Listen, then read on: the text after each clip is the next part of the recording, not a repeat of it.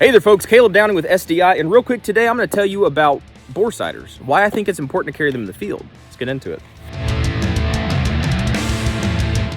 Okay, so long story short, I had a relative of mine that I went hunting with, and he brought a firearm with him to the field to hunt deer with, and it was not zeroed.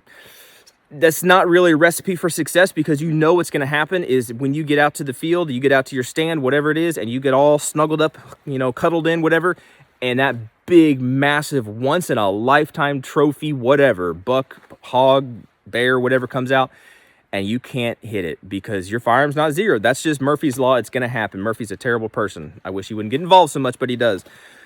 Thing that saved his bacon was a bore sighter. Not particularly this one. This is one that I have, but he had one, and he was able to, in the field, not recommended this way, but he was able to get a bore sight zero, right? A rough zero without having to fire the firearm.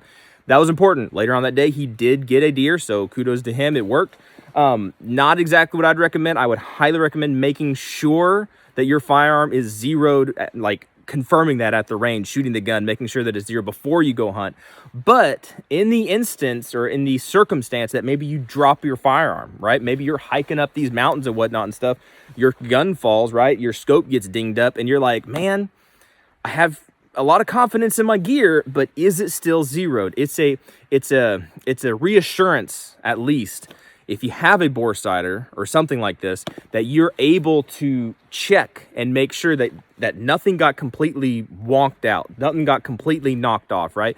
Say you're even hunting out in the woods and you're in a deer stand, your firearm's not secure, it drops out of the tree. Stuff happens. Having something like a bore sighter with you, which these aren't that big. I could break this thing down to a smaller size. These things are not that big. Having something like this with you could really save your bacon, save your hunt, save the time and energy and everything you took to go out hunting and not blow your shot. It can really help you out. All right. Hope you guys found that helpful. Again, Caleb Downing with SDI. Y'all take care. See you next time.